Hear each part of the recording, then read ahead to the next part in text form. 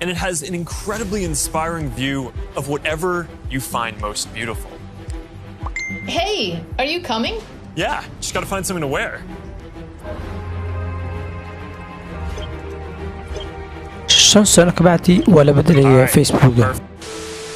haddaba maxaa sababay in la bedelo sidoo kalena maxaa loo bedeli doonaa su'aalahaas iyo su'aalo kaleba barnaamijkeenan ayaa ku daafurmin doonaa waxaa hadlay mulkiilaha facebook iska leh waxaanuu sheegay 5 sano ka bacdi in la bedeli doono facebooka noola bedeli doono barnaamij la dhaho metaverse in la bedelana waxaa sabab u noqotay gabadha loo yaqaano Francis oo dabadoo bixisay xogo muhiim ah waxaana ay sheegtay in Facebook uu lid ku yahay carruurta iyo dimuqraadiyadda laga soo bilaabo 2004 oo ah xilliga uu aasaasmay shirkadda Facebook ilaa hadda oo ay tahay 2021 waa markii koobaad ee shirkadda Facebook la fadeexeeyay oo fadeexadsan weyn u soo gaadhay laakiin ninkaas kale Facebook waxa uu go'aansaday inuu gabi ahaanba bedelo habka loo isticmaalo Facebook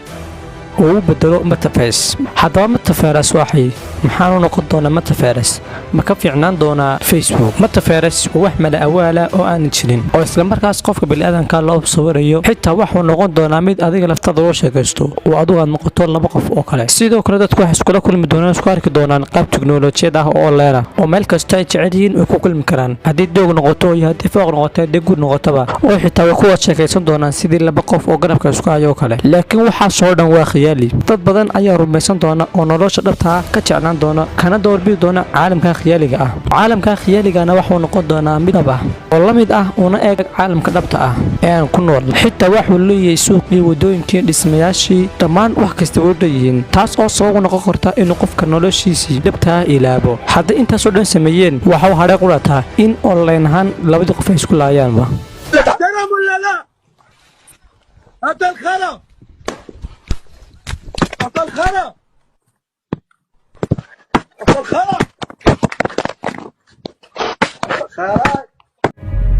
si aad u hesho muuqaalo badan hadda subscribe dhe